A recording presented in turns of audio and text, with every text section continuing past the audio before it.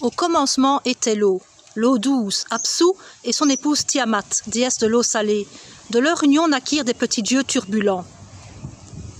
Et cette marmaille turbulente tapait sur les nerfs du divin père. Apsu conçut dès lors le projet de les éliminer, mais Ea, le plus lucide de la bande, découvrit le funeste projet paternel et le trucida promptement. Mais Tiamat, la veuve du dieu, ne l'entendait pas de cette oreille et, furieuse contre ses rejetons, jura de venger son époux. À cette fin, elle créa Kingu, un guerrier à qui elle s'unit charnellement, le but étant d'abattre les révoltés, sang de son sang, chair de sa chair. La fratrie fit donc appel à Ea pour les sauver une fois de plus. Celui-ci engendra Marduk, qui accepta de les sauver à condition d'être couronné roi de tout ce beau monde. Après quelques hésitations, ils acceptèrent les termes du marché. C'est ainsi que Marduk tua Tiamat, déchira sa dépouille en deux pour créer la terre et les cieux.